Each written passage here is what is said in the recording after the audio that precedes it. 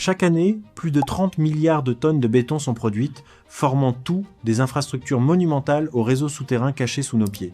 Le voyage des tuyaux en béton commence avec des matériaux familiers, ciment, sable et granulats, combinés avec précision pour créer une structure capable de supporter des charges colossales. Mais vous êtes-vous déjà demandé comment ces tuyaux gigantesques sont réellement fabriqués? Et comment ils parviennent à durer aussi longtemps sous terre? Ce que vous êtes sur le point de découvrir est un voyage fascinant à travers l'une des industries les plus discrètes et pourtant les plus essentielles de notre quotidien. Dans cette vidéo, nous vous emmenons à l'intérieur d'une usine de fabrication de tuyaux en béton pour comprendre exactement comment chaque étape transforme des matériaux bruts en la fondation invisible de nos infrastructures urbaines. Restez bien jusqu'à la fin, vous ne regarderez plus jamais une simple bouche d'égout de la même façon.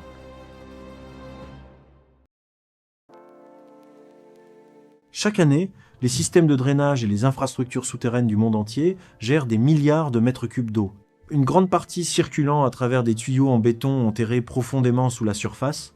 Aux États-Unis seulement, le réseau d'égouts en béton s'étend sur plus de 800 000 km, desservant des centaines de millions de personnes chaque jour. Ce qui rend ces systèmes remarquables n'est pas seulement leur présence, mais leur longévité. Ces tuyaux peuvent fonctionner de façon fiable pendant 50 à 100 ans, supportant en continu la pression du sol, les charges de circulation et un flux d'eau constant sans nécessité de remplacement fréquent. Cette combinaison de longue durée de vie et de haute capacité de charge a transformé les tuyaux en béton d'un simple composant de construction en un pilier critique de l'infrastructure urbaine moderne.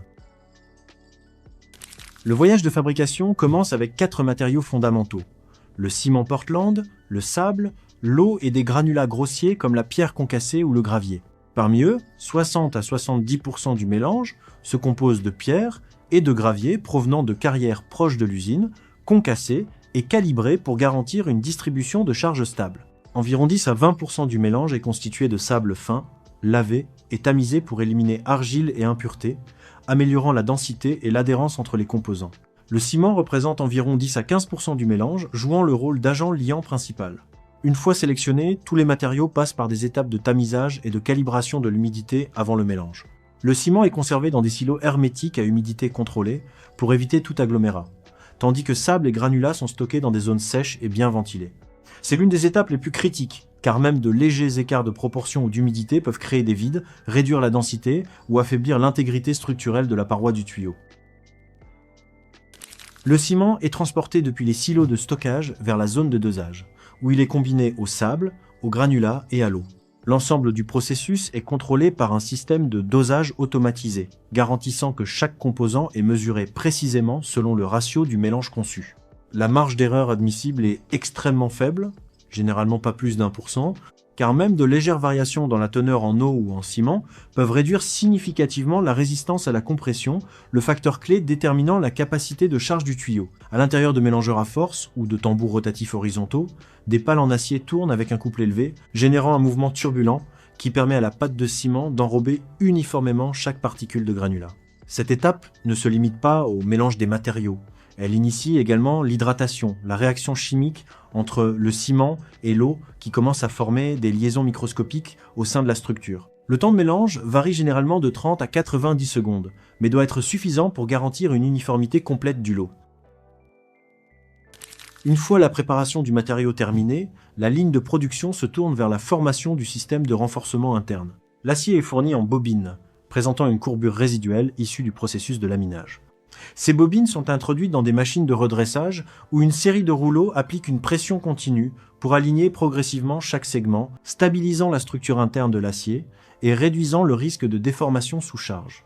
Après redressage, l'acier est introduit dans une machine de soudage automatique de cage, un système mécanique spécialisé capable de former et d'assembler l'armature en une structure cylindrique avec une grande précision. Des barres longitudinales sont fixées le long de l'axe tandis qu'un fil en spirale est enroulé autour d'elle à un pas contrôlé. Chaque intersection entre les barres longitudinales et le fil en spirale est jointe par soudage par résistance, une méthode appliquant un courant électrique élevé pour générer de la chaleur directement au point de contact, permettant aux surfaces métalliques de fusionner sans matériaux de remplissage additionnel. L'espacement entre les boucles de la spirale, la vitesse de rotation et le pas d'enroulement sont tous programmés selon les spécifications de conception en fonction du diamètre du tuyau et de la classe de charge requise. Cela permet un contrôle précis de la densité d'acier dans des zones porteuses spécifiques plutôt qu'une distribution uniforme, optimisant l'utilisation du matériau tout en maintenant la performance structurelle à long terme. En pratique, la cage d'armature fait bien plus que renforcer le tuyau. Elle contrôle les contraintes de traction et de flexion, principale cause de fissuration dans les structures en béton. Pour les tuyaux de grand diamètre, une seule cage d'armature peut peser de plusieurs centaines de kilogrammes à plus d'une tonne. Le facteur critique n'est cependant pas la masse, mais la précision géométrique. Une fois la cage d'armature formée, chaque intersection est sécurisée par soudage, par résistance en un temps très court, créant des joints uniformes et stables sur toute la structure. Le processus d'installation commence avec le moule de base en acier, le composant porteur principal, usiné avec une grande planéité pour maintenir l'axe géométrique de tout le tuyau. La cage d'armature complétée est placée sur la base selon la position de conception, puis fixée à l'aide de points de soudure ou de fixation mécanique aux emplacements de contact. Une fois la cage fermement sécurisée sur la base, le moule extérieur en acier est abaissé depuis le haut, enfermant le système pour former une cavité entièrement scellée. Les diamètres de moule peuvent varier d'environ 30 cm à plus de 3 mètres, selon le type de tuyau produit.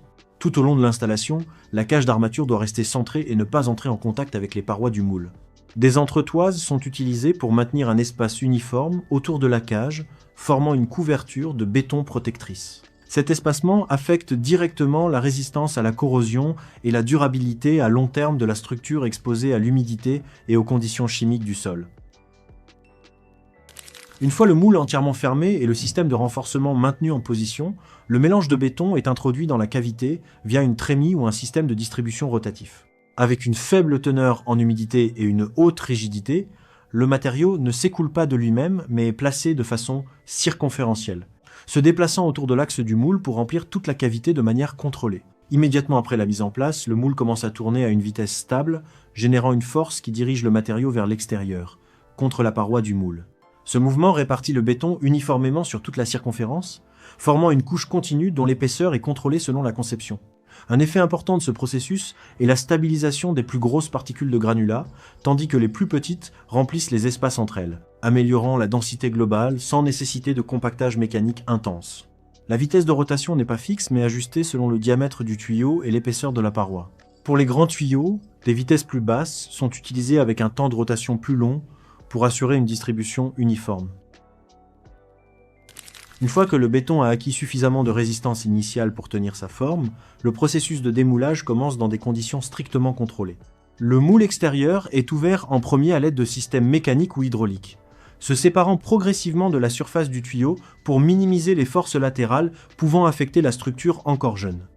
Le timing du démoulage est critique. S'il est effectué trop tôt, la paroi du tuyau peut manquer de stabilité suffisante et devenir sujette à la déformation ou à l'effondrement des bords. S'il est effectué trop tard, l'adhérence entre le béton et le moule augmente, rendant la séparation plus difficile et potentiellement endommageant la surface. Pour cette raison, le moment du démoulage est déterminé en fonction du développement précoce de la résistance du béton, ainsi que des conditions de température et d'humidité au moment de la production. Après le retrait du moule extérieur, le produit reste sur le moule de base pour maintenir son axe géométrique et prévenir toute déformation localisée. Le levage et la manutention ne sont effectués qu'une fois que la structure a acquis une résistance autoportante suffisante, généralement à l'aide d'équipements de levage spécialisés distribuant les charges uniformément. Après démoulage, les tuyaux en béton sont transférés vers une zone de stockage pour continuer à stabiliser leur structure interne et développer leur résistance. Chaque tuyau est placé sur une surface plane ou des supports spécialisés conçus pour distribuer le poids uniformément, prévenant toute contrainte localisée sur la paroi du tuyau. L'espacement entre les points de support est calculé en fonction du diamètre et de la longueur du tuyau, garantissant qu'aucune flexion ou déformation ne se produise durant le stockage. Les conditions environnementales de la zone de stockage jouent un rôle critique. Température et humidité sont maintenues à des niveaux appropriés pour permettre à l'hydratation de se poursuivre régulièrement, permettant au béton d'atteindre sa résistance de conception au fil du temps. Dans certains cas, la surface du tuyau est humidifiée périodiquement pour éviter une perte d'eau trop rapide, un problème pouvant entraîner des micro-fissures et réduire la durabilité à long terme. Durant cette étape, le béton continue de gagner en résistance, atteignant la majeure partie de sa capacité de charge en environ 7 à 28 jours. C'est une phase discrète, mais décisive, garantissant que chaque tuyau en béton atteint la durabilité et la stabilité requises avant sa mise en service. Un habitant qui marche aujourd'hui sur un trottoir ne pense probablement jamais à ce qui se trouve juste sous ses pieds. Des kilomètres de tuyaux en béton, invisibles, silencieux, travaillant sans relâche depuis parfois des décennies pour évacuer les eaux usées de toute une ville. Et pourtant, c'est précisément cette invisibilité qui rend cette industrie si fascinante. Chaque tuyau enterré représente des semaines de contrôle qualité, des caches d'armature soudées au millimètre près et un processus de rotation contrôlée capable de densifier le béton sans le moindre compactage mécanique brutal. Une fois posés sous terre, ces tuyaux continueront de fonctionner pendant un siècle entier, résistant à la pression du sol et au passage constant de véhicules, sans jamais que personne ne pense à les remercier. C'est peut-être la définition même d'une infrastructure réussie, celle que l'on ne remarque jamais précisément parce qu'elle ne tombe jamais en panne. Et vous, aviez-vous déjà imaginé la précision industrielle cachée sous vos pieds dans un simple tuyau d'égout? Dites-le nous en commentaire. Si ce documentaire vous plaît, alors n'oubliez pas de mettre un like, de vous abonner et d'activer la cloche pour ne manquer aucun de nos contenus. Ces immenses tuyaux permettent d'acheminer chaque jour des quantités colossales d'eau à travers nos villes. Mais avant de pouvoir arriver jusqu'à nos robinets, cette eau doit subir un long processus de traitement. Découvrons maintenant comment est produite l'eau potable. L'eau est sans doute la ressource la plus essentielle à notre existence. Elle accompagne chaque moment de notre vie. Elle circule dans les rivières et les nappes souterraines, jaillit des sources naturelles, se retrouve dans les bouteilles que nous achetons au supermarché ou coule simplement du robinet dès que nous l'ouvrons. Boire un verre d'eau fraîche, lorsque la soif nous serre la gorge, est un geste si simple, si naturel. Et pourtant, derrière cette apparente évidence, se cache un travail colossal. Ce que beaucoup ignorent, c'est que l'eau qui nous paraît si accessible ne provient pas toujours des rivières de montagne ou de la fonte des glaciers. Dans un monde où les ressources en eau douce diminuent dans de nombreuses régions, d'autres solutions ont dû être trouvées. Dans plusieurs pays comme les États-Unis, le Mexique, l'Arabie Saoudite ou encore le Chili, des quantités gigantesques d'eau de mer sont transformées chaque jour en eau potable destinée à des millions de personnes. Une prouesse technologique qui permet d'approvisionner des zones arides où chaque goutte compte. Mais alors comment peut-on convertir quotidiennement des millions de litres d'eau salée en une eau parfaitement propre, claire et totalement buvable? C'est justement ce que nous allons explorer ensemble. Direction la Californie, sur les rives de l'océan Pacifique, là où se dresse l'une des plus grandes usines de dessalement du pays. Une installation titanesque, capable à elle seule de produire plus de 190 millions de litres d'eau potable par jour. Une véritable ville d'acier et de tuyaux, dont la mission principale est de transformer l'océan en source d'eau douce. Depuis l'aspiration de l'eau au large, jusqu'au moment où cette même eau finit par couler chez toi, dans ta cuisine ou ta salle de bain, nous allons suivre ensemble toutes les étapes que traverse ce précieux liquide que tu utilises chaque jour sans même y penser. Installe-toi confortablement. Ce voyage au cœur des technologies modernes va te montrer à quel point l'accès à l'eau potable est un processus beaucoup plus extraordinaire qu'il n'y paraît. L'eau salée recouvre plus de 70% de la surface de la planète. C'est l'une des ressources les plus abondantes au monde. Pourtant, toute cette eau est inutilisable en l'état. Boire de l'eau salée provoquerait une sévère déshydratation et pourrait même mettre la vie en danger. Transformer cette eau en une eau douce et potable semble simple en théorie, mais dans les faits, c'est un défi colossal. Le premier obstacle, l'acheminer jusqu'à l'usine. Et tu vas voir que rien que cette première étape demande une infrastructure impressionnante. Les usines de dessalement sont toujours installées à proximité immédiate de la mer. En surface, elles ressemblent à de grands complexes industriels, mais sous l'eau, elles s'étendent sur plusieurs kilomètres. De gigantesques conduites, solidement fixées au fond marin, plongent dans l'océan pour aspirer d'immenses quantités d'eau en continu. Ces conduites sont conçues pour résister à la pression de l'eau, aux courants marins, aux sels corrosifs, et même aux secousses sismiques, car plusieurs de ces régions sont situées sur des zones tectoniques actives. Une fois aspirée, l'eau voyage dans des tuyaux sous-marins reliés à des pompes industrielles d'une puissance impressionnante. Imagine d'énormes turbines capables d'aspirer l'équivalent de dizaines de piscines olympiques chaque minute. L'eau parcourt ensuite parfois plusieurs centaines de mètres avant d'arriver à l'usine où elle commence enfin son traitement. Pour prendre la mesure de ce qu'une telle installation peut accomplir, l'usine de Carlsbad, en Californie, traite plus de 190 millions de litres d'eau par jour, soit l'équivalent de 95 millions de bouteilles d'eau de 2 litres. Une quantité si immense qu'elle pourrait remplir plusieurs stades de football chaque semaine. Dans certains pays particulièrement arides, comme les Émirats arabes unis, plus de 90% de toute l'eau potable consommée provient de ce procédé. Là-bas, sans le dessalement, il serait tout simplement impossible de fournir assez d'eau aux habitants. Une fois l'eau arrivée à l'usine, le gigantesque processus peut enfin commencer. Lorsque des millions de litres d'eau pénètrent dans l'usine de dessalement, la première priorité est de les débarrasser de tout ce que l'océan transporte. Sable, algues, fragments de coquillages, bactéries marines, plancton, et même parfois de minuscules crustacés. Imagine un instant boire un verre d'eau contenant tout cela. Pas très appétissant, n'est-ce pas? L'eau passe donc par une série de filtres mécaniques. Les premiers sont très larges et retiennent les plus grosses impuretés. Puis, plus l'eau avance, plus les filtres deviennent fins, formant une barrière progressive. Ces filtres, composés de matériaux ultra résistants, sont conçus pour fonctionner jour et nuit. Certains ressemblent à de grandes grilles métalliques, d'autres à de couches de matériaux poreux empilés en plusieurs niveaux. Leur rôle, garantir que seule une eau pré-traitée débarrassée des particules visibles à l'œil nu puisse poursuivre son chemin. Pendant cette étape, des techniciens surveillent sans arrêt la qualité de l'eau et l'état des machines. Rien n'est laissé au hasard. La moindre hausse de pression, une légère coloration ou l'apparition d'une particule inattendue peut signaler un problème. Un défaut non détecté pourrait endommager les membranes d'osmose inverse, qui sont des équipements coûteux et extrêmement sensibles.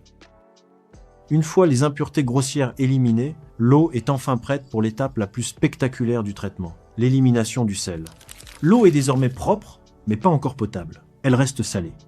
Pour la transformer en eau douce, une technologie révolutionnaire entre en jeu, l'osmose inverse.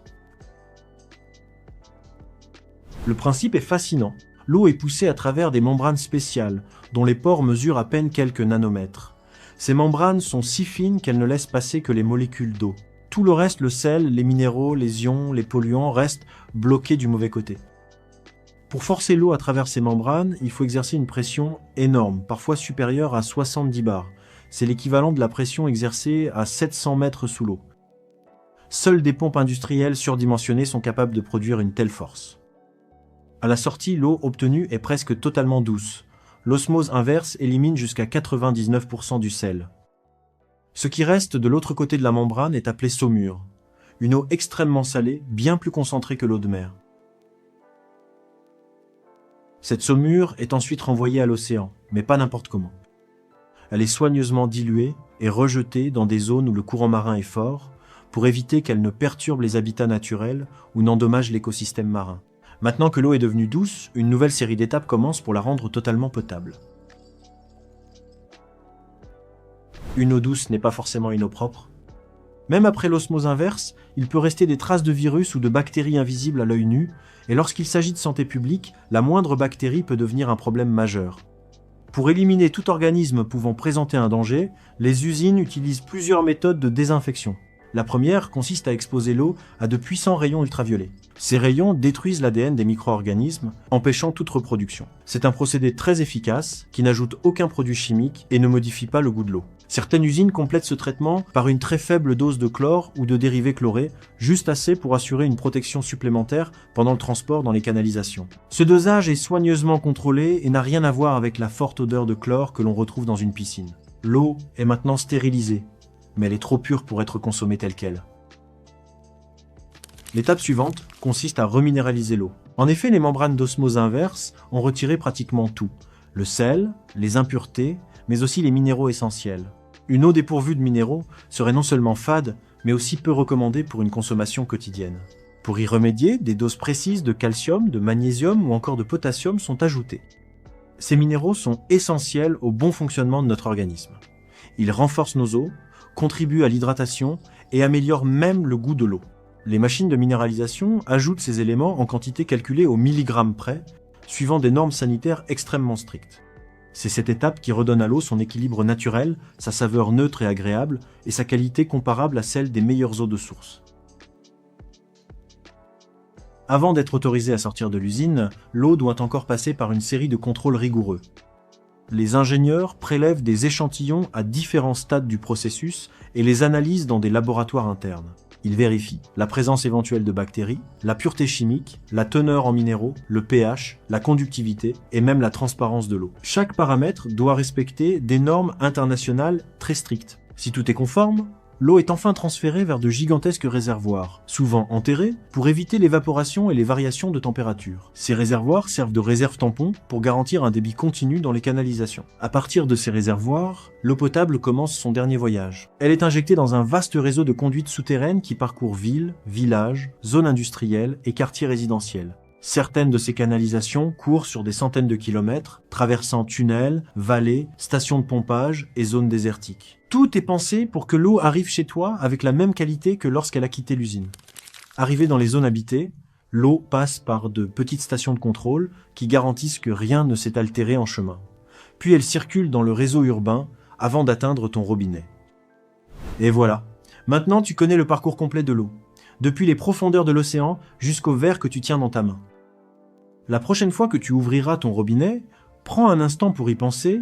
L'eau que tu t'apprêtes à boire a peut-être commencé son voyage dans l'immensité de l'océan Pacifique. Grâce à un processus complexe et ingénieux, cette eau salée est devenue l'un des biens les plus précieux de ton quotidien. Dis-moi en commentaire, préfères-tu boire l'eau du robinet ou optes-tu plutôt pour l'eau en bouteille? Si ce documentaire te plaît, alors n'oublie pas de mettre un like, de t'abonner et d'activer la cloche pour ne manquer aucun de nos contenus.